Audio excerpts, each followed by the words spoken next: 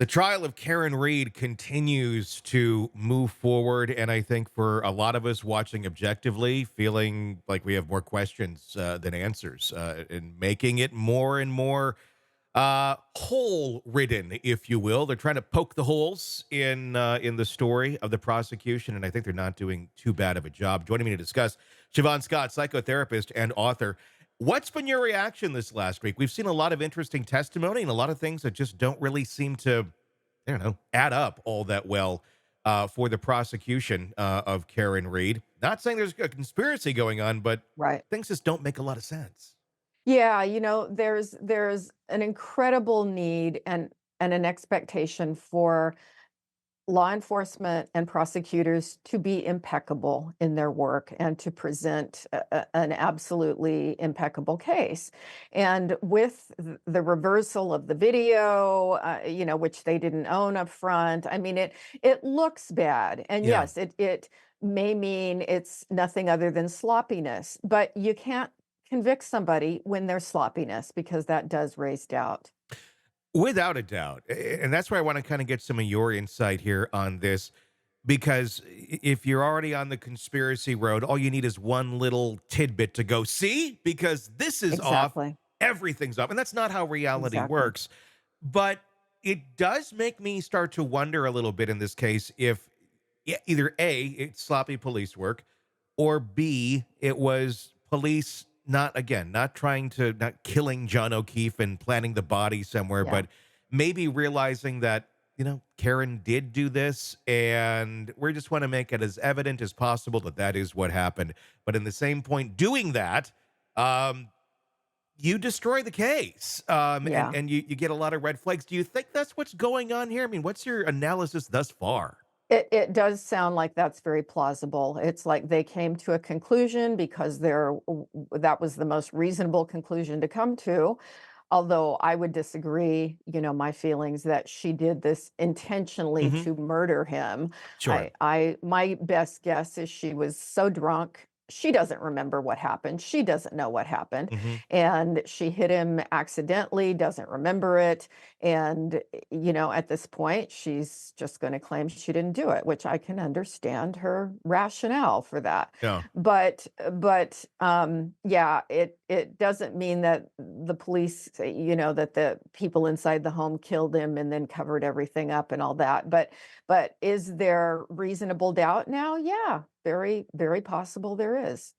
Why would I mean, I know this does happen sometimes. It's not an anti-police statement or anything like that, but sometimes these sort of things happen where Yes. the needle gets moved a little bit and then it looks Yes. far more nefarious than it truly is. Why do people do that? Why does someone, I mean, it doesn't even have to be in police work. This happens in life in general. Sometimes people will move the needle a little bit to try and put things into a better focus for those who are going to be judging this and being aware of what happened who weren't there. I mean, why? Why when the reality speaks for itself?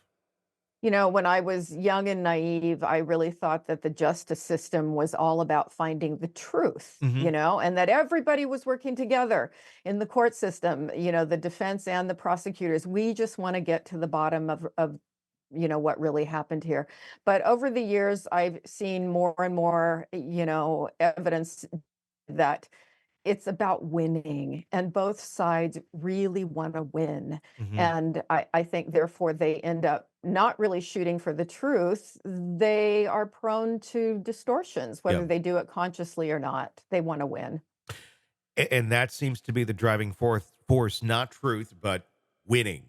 Being already having Exactly. a preconceived notion of what right is, and Exactly. then doing anything you can to get to that point. Facts be damned. Yeah, And yeah, that I very think true. is what we're seeing a lot of in this case. Let's talk about some of these things though. I mean, the inverted video, that to me was just grossly dumb to submit that. I mean, we work with video every day here. It it doesn't naturally come inverted. I don't know what they're using. Maybe I'm wrong. Maybe some software that they use it inverts. I don't know. But I know anything I've ever used, if you're going to invert it, it takes a few steps. It's not Mhm, just like, oh, here's how it is, and I got to flip it back the right way. No, it should be coming out the right way initially. Someone took the mhm. steps of doing this. or some idiot hit the wrong button, didn't know what they were doing. Right. I don't know. That's the Yeah. thing, but it's certainly it looks shady. Yeah, yeah.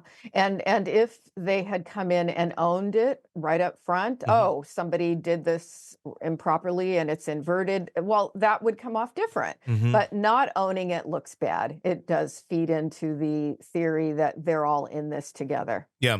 What's your take on this? And it's not a psychological question or anything, but I'm trying to make heads and tails of this, and I'm getting everybody's opinion. The back bumper of Karen Reed's SUV, there was glass that was found on it that was not related to the drinking glass. Apparently, there's the hair, the lone hair that seems to be there. They haven't even identified if it's of John O'Keefe's yet. I'm assuming it is. Otherwise, why are we Yeah, talking about it?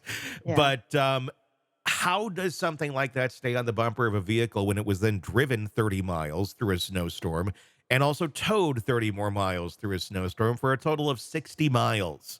Um, Thoughts?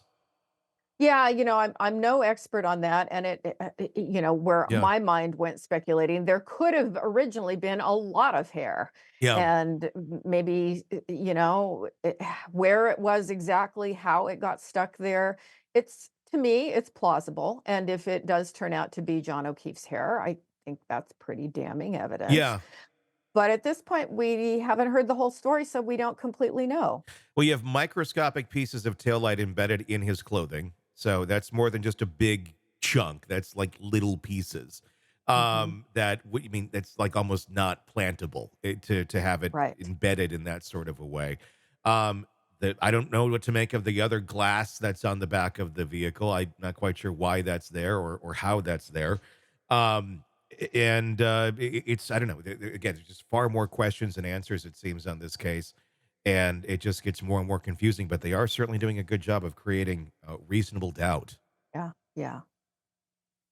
Hey, thanks for checking out the video. Be sure to follow us wherever you download podcasts, and especially Apple Podcasts, where you can get advanced episode and premium content on our premium channel right there. Also, be sure to follow us on social media so you don't miss any breaking updates on the stories that matter to you most. We're on TikTok, X, Instagram, Facebook. Just search Hidden Killers Podcast with Tony Brueski, and you'll find us right there. Again, thanks for watching.